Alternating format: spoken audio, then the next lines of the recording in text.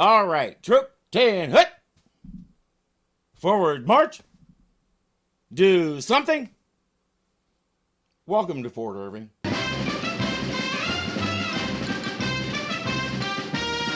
It's OMG 30 in the morning and Captain Parmenter is pulling a surprise Indian attack drill.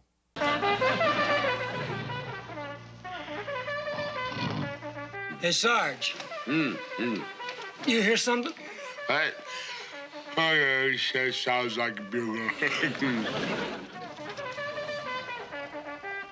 This isn't going well. In fact, it hasn't been going well since he started doing these. But today he's adding a little incentive. 7. Indians! I suggest you put the fire out before you do anything else. Indians! What I just said to O'Rourke and Agarn? Yeah, that. They're all assembled and the captain is discussing their response time when Duffy rides in, clearly excited. Captain, there's a suspicious-looking wagon parked on the outskirts of town. Oh? What makes you say the wagon is suspicious-looking, Duffy? Well, when I tried to get closer, a man jumped out with a rifle. Yelled something in a foreign language. Well, that makes the man suspicious, all right, but the wagon could be perfectly harmless. How can you argue with logic like that? He'll send O'Rourke and Agarn to investigate. Oh, but before you do, you and the men had better put out the fires in your barracks. Told you. Basta! That's enough! Don't come no closer.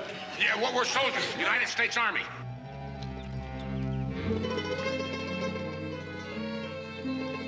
You're not from Il Pie de Nero? We don't even know what that means. Once they convince him that they're not from whatever he said, he's a lot more relaxed. That's Jay Novello.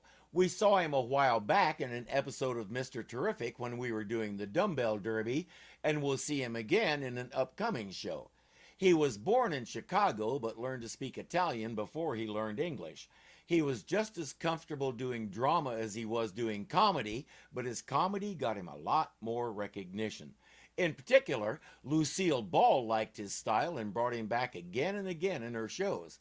And just so we're clear about one thing, the accent is fake. He was just as good at Spanish and Greek accents as he was at Italian ones, and he didn't have a natural accent. It takes a certain talent to do a bad accent of your own first language. I am Sergeant O'Rourke, and this is Corporal Agarn. We're stationed over at Fort Courage. Pleased to meet you. I am Signor Emilio Barberini. And this is my daughter, Gina. Holy cannoli, that smile could melt steel. She knows it, too. In Sicily, which is our home, I have a restaurant. I make much lire. Did you hear that, Agarn? He makes some mucha lire. Well, what's lire? Money. But we have to leave Sicily because Mario Marcucci, he wants to marry me, and I do not him want to marry back. That's good, because when you get married, it's sort of traditional to face each other. I love Mario, but he's as romantic as the cold zucchini. All he thinks of is piede nero, il piede nero, il piede nero. Well, maybe he doesn't know what it means either. It's a secret society he belongs to that likes to stir up trouble. When Gina refused to marry him, he got his society to drive off all their customers. They're headed to San Francisco to open a new restaurant, but O'Rourke has a better idea.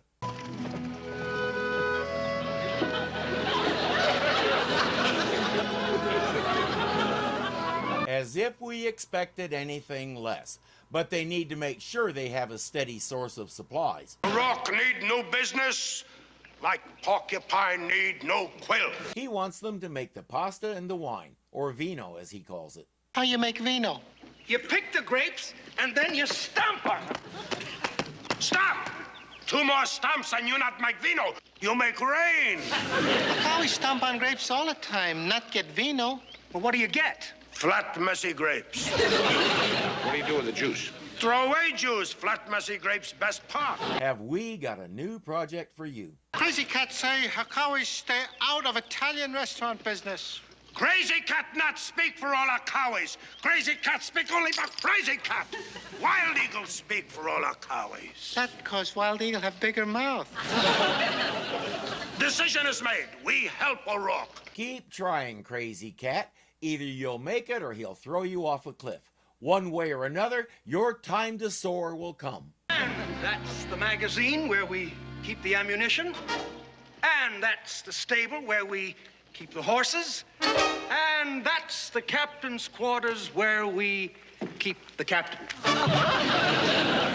Caporale, I like your forte. He's molto bello.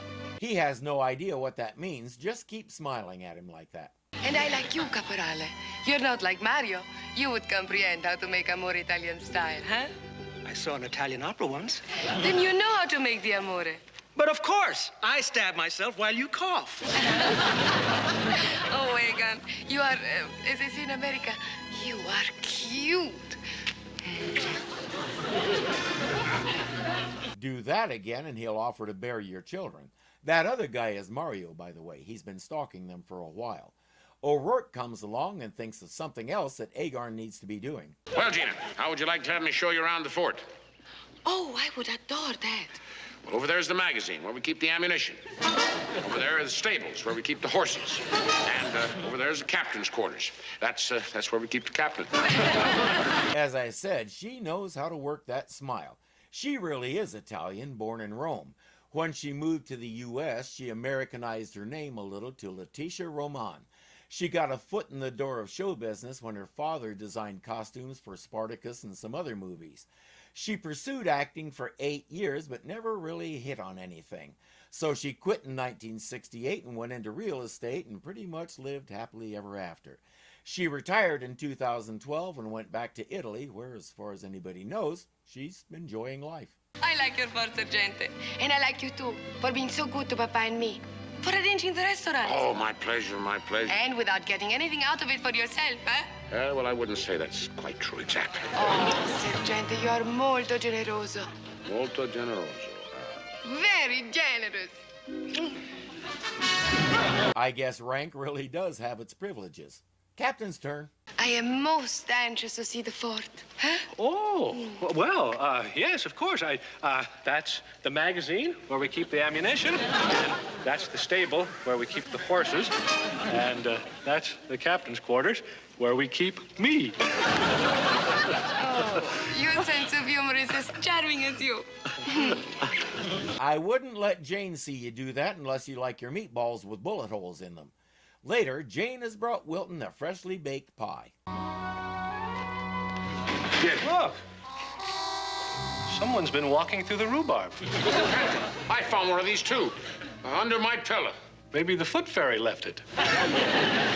There must be an epidemic of them. Where'd you find yours? Now, you ain't gonna believe this, Sarge, but I found this foot in my footlocker. They don't know what it could mean, but Emilio and Gina do. The black foot? You piedonese. The long hand of the Blackfoot has reached out for us. Then the secret society of Sicily, Piero Nero, means the Blackfoot. They're ready to run away again, but our heroes say no. You're under the Army's protection, so the safest thing is for you to stay right here. That night at the restaurant, Agarn is undercover, watching for suspicious characters. You don't need that knife. Our spaghetti, she's very tender.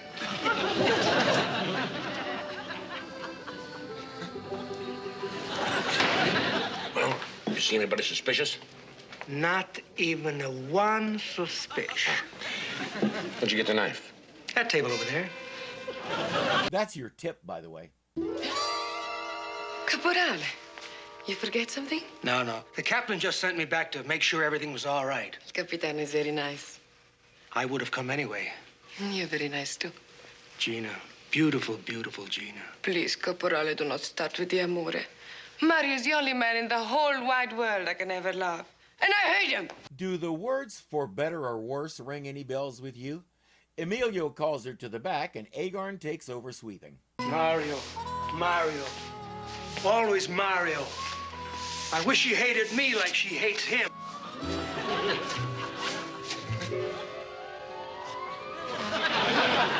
You're the... Mario Marcucci. You can probably guess what he wants. Now, what would you want to do a thing like that for? Well, because Gina, she's in love with you, and you in love with Gina, and anybody, Gina, she's a lover, I kill. If I'm not gonna have a Gina, everybody not gonna have a Gina, capisce? Have you asked Gina what she wants? Agarn says she's not in love with me. You hide behind the bar. I'll call her out here, and you'll see. male. Papa and I are ready to look up. So you can...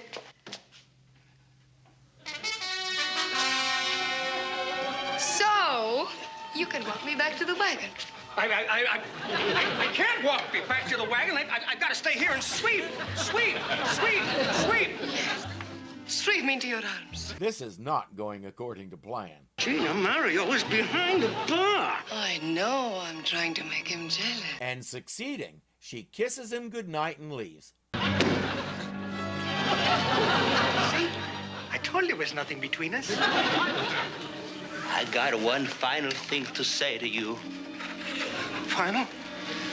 How do you do that? He didn't. She did it all. How do you stir up such fires of passion in my Gina? Oh, that. Well, I guess some fellas have it and some fellas don't. Get me some. Yeah, I think Jane carries it in her store. I'll just pop over there and buy you some. Next thing Agarn knows, he and O'Rourke are trying to tutor Mario in the ways of romancing a woman.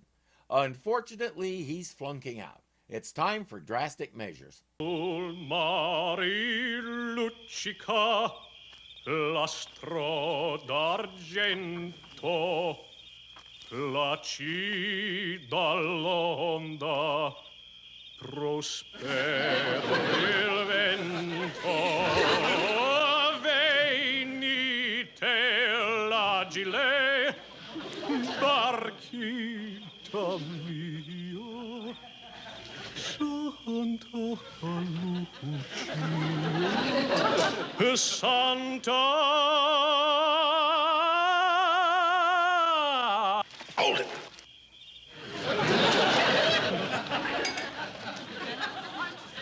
I think he pulled something. Oh, Mario. I have waited for this for so long. First, finish the song. He'd rather not, even though it only has one word to go. She's standing firm, not until you finish the song. Where was I?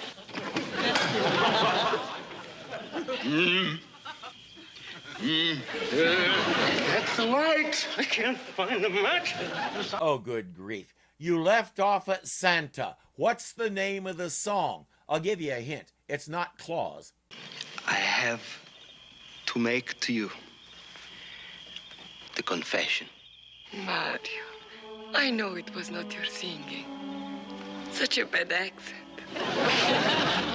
Oh, Mario, you must love me very much to do such a foolish thing. To be honest, I have questions about his definition of love. I always love you, Gina. How come you never loved me back, huh? Because a woman, she cannot love someone who needs a secret society behind him in order to be a man. Ouch! He says, then I'm done with them. For you, I'll give up the Blackfoot. And we marry, we go San Francesco, and you papa open up a restaurant. Not so fast. First, you throw away the stupid knife. My knife? It's either me or the knife. Gosh, giving up the Blackfoot is easy, but I'm going to need a little time to think about that one. When you say I love you, what do you mean? Have you ever really thought about it? Guys, I don't care if it's a club or a circle of friends or the muscle car you dreamed of your whole life. If you say I love you, it means if necessary, those things are expendable. You are the most important thing in my life, and everything else is negotiable. Happens all the time, especially in the United States. Guy has it made, good job, car of his dreams, all his bros admire him. He meets the love of his life, wants to get married, finds he can't support a spouse and that car, so the car has to go. And now the guy has a choice. He can focus on what he's lost, or he can focus on what he's gained. It's usually not a difficult decision. If you're enjoying this, be sure to click the thumbs up button to show you like it. If you're not subscribed yet, punch me in the face right here and get it done. And don't forget that you can become a patron and help keep this kitty fed. The link is below. Until next time.